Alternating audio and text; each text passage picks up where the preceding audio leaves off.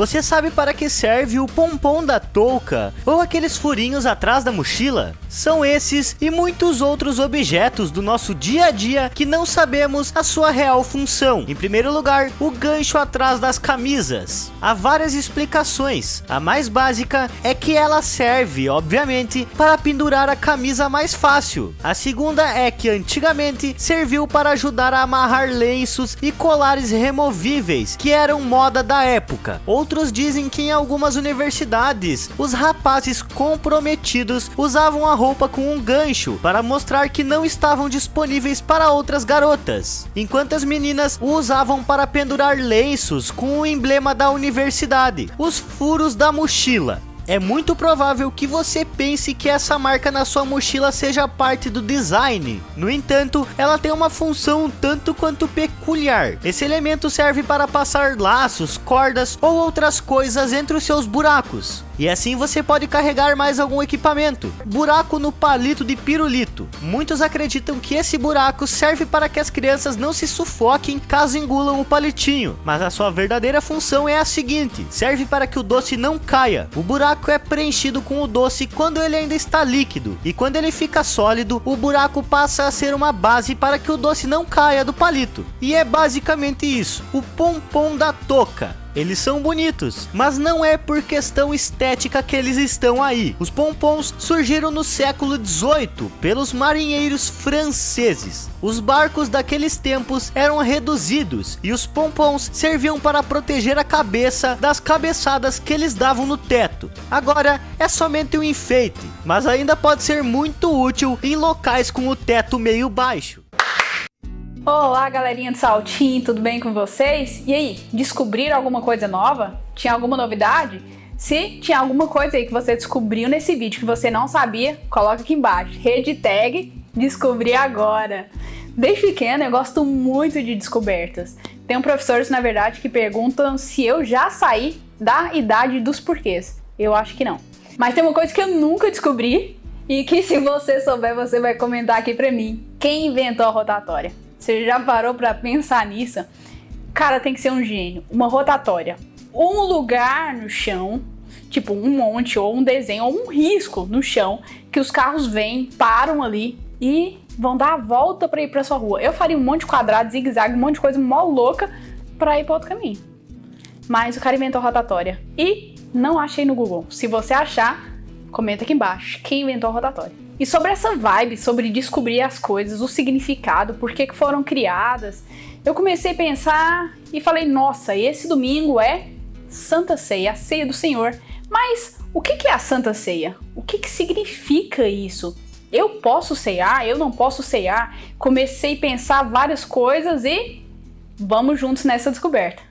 E para sabermos o que verdadeiramente significa a ceia e todas essas coisas que eu já falei para vocês, nós precisamos ver na Bíblia. Aham! Antes, vou dar uma contextualizada para você. Na época da primeira ceia do Senhor, Jesus pediu para Pedro e João irem na frente preparar a ceia de Páscoa. Como assim? A primeira ceia já teve a ceia de Páscoa? Isso mesmo. A ceia de Páscoa, ela surgiu desde que o povo de Israel era escravo no Egito. Então, lá no Antigo Testamento, em Êxodo, então Deus deu a ordem, as orientações para Arão e para Moisés, como que eles iriam preparar a ceia de Páscoa. Sabe aquela história que às vezes você pode estar até cansado de ver algumas imagens que na época de pandemia estourou no YouTube, que é as pessoas passando sangue nos umbrais da porta, alguns versículos bíblicos. Refere a essa ceia de Páscoa, que Deus fala para pegar um cordeiro imaculado, ou seja, sem mancha, perfeito, e passar o sangue dele nos umbrais da porta, e fazerem refeições com pães sem fermento, ervas amargas, todas essas coisas que vocês já sabem, ou deveriam. E em Êxodo ainda fala, vou ler aqui para você, e Deus diz assim: e este dia vos será por memória, e celebrá-lo-eis por festa ao Senhor das vossas gerações, o celebrareis por estatuto perpétuo.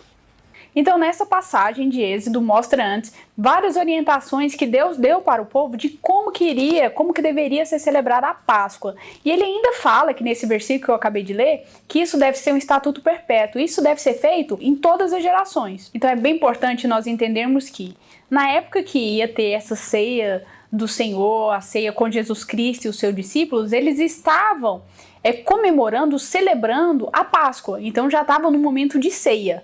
Então eu vou ler para você o que aconteceu. Aí Lucas 22:14 continua narrando. Quando chegou a hora, Jesus e seus apóstolos tomaram lugar à mesa. Jesus disse: estava ansioso para comer a refeição da Páscoa com vocês, antes do meu sofrimento.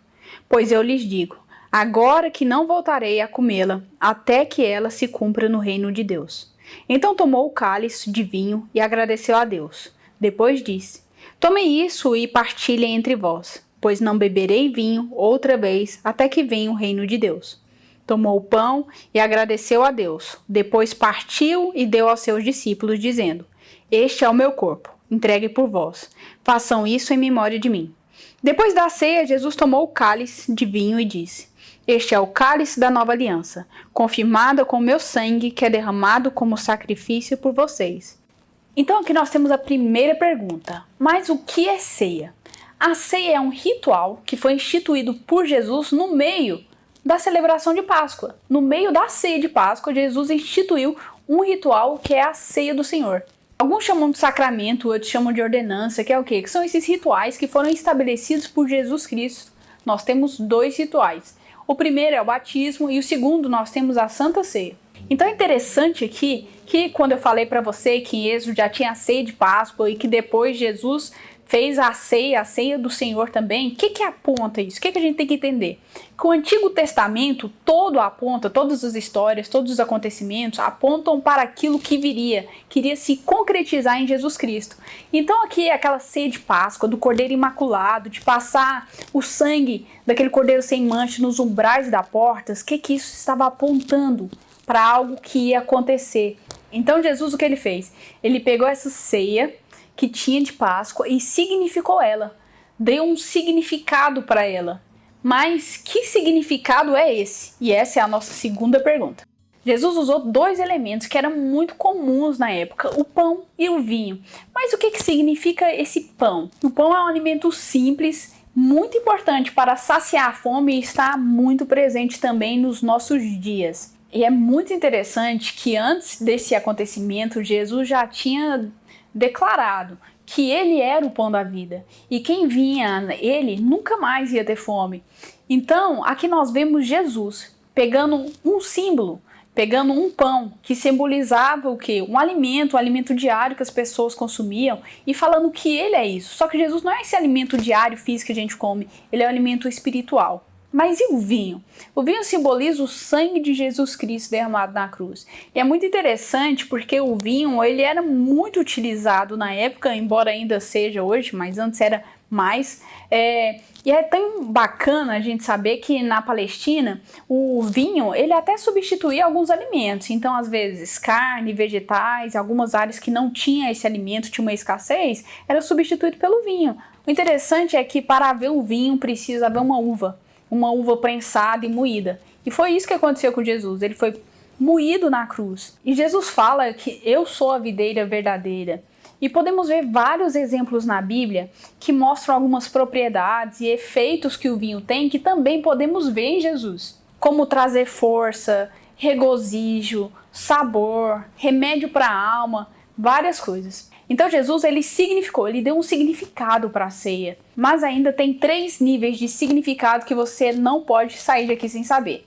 E para cada nível de significado, para cada um deles, tem um tipo de atitude que nós devemos ter durante a ceia. O primeiro é em relação ao passado. Então a ceia é como um memorial, onde nós trazemos a memória, temos uma atitude de lembrar, de recordar, trazer à memória aquilo que Jesus Cristo fez por nós, que foi morrer na cruz pelos nossos pecados. O segundo está relacionado ao presente, está relacionado a uma nutrição comunitária de vida da fé. Está relacionado ao quê? A mesa da comunhão. Está relacionado ao meu relacionamento com o irmão. Então, nesse momento do presente, nós temos que ter uma atitude de gratidão. Tanto pelos irmãos, pela mesa da comunhão e também pelo alimento que Deus tem dado, tanto físico e quanto espiritual.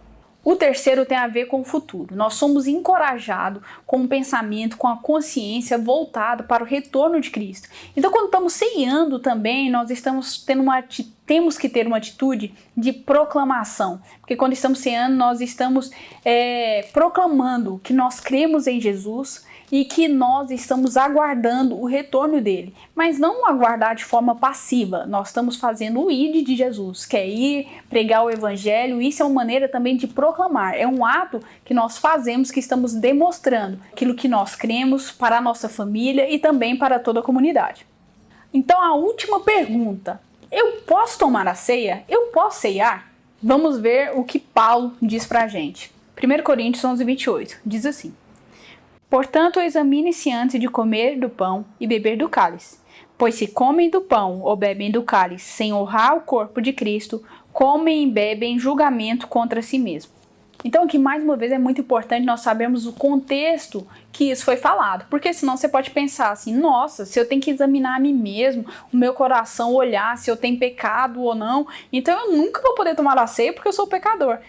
Exato, mas não é nada disso que está falando, porque se fosse assim, ninguém nunca ia poder tomar a ceia. Então nós temos que entender onde que isso foi falado, como foi falado, o que estava envolvido com isso. Então alguns cristãos, o que eles faziam? Eles celebravam a ceia do Senhor em algumas festas, que chamavam Festa do Amor, Festa Ágape.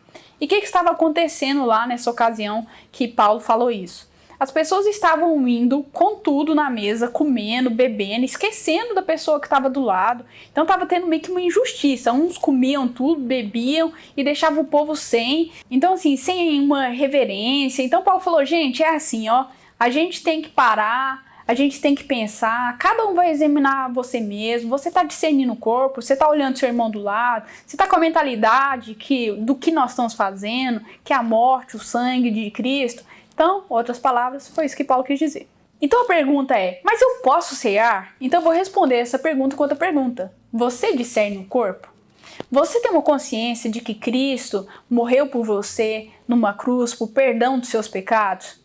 Você tem uma consciência de que você pertence a uma família, à Igreja de Cristo, não só essa física, só da Terra 90, ou as pessoas que estão aqui, mas uma igreja assim, mundial e atemporal. Tanto o pessoal de antes que já morreram fazem parte dessa igreja, como as pessoas que ainda vão vir, que são cristãos, vão fazer parte dessa igreja. Você consegue discernir, você consegue entender que você faz parte dessa família? Se sim, você entende que Jesus morreu por você, fez um sacrifício na cruz e você tem consciência disso, e você discerne o corpo, sabe que você faz parte de uma família, sim, você pode tomar a ceia. Então, teens, esse foi o nosso episódio de hoje. Espero mesmo que você tenha gostado e feito novas descobertas. Se você fez uma descoberta nova, alguma coisa que eu falei que você não sabia, comenta aqui embaixo, hashtag Descobri Agora. Eu preciso falar a palavra hashtag. Hashtag. É hash? Não é hashtag, não. É hashtag, hash. É. Porque é um SH mesmo, hash. Comenta aqui embaixo, hashtag Descobri Agora. E lembre-se, segunda-feira nós temos o nosso devocional no Zoom. Beijão, fica com Deus, até a próxima.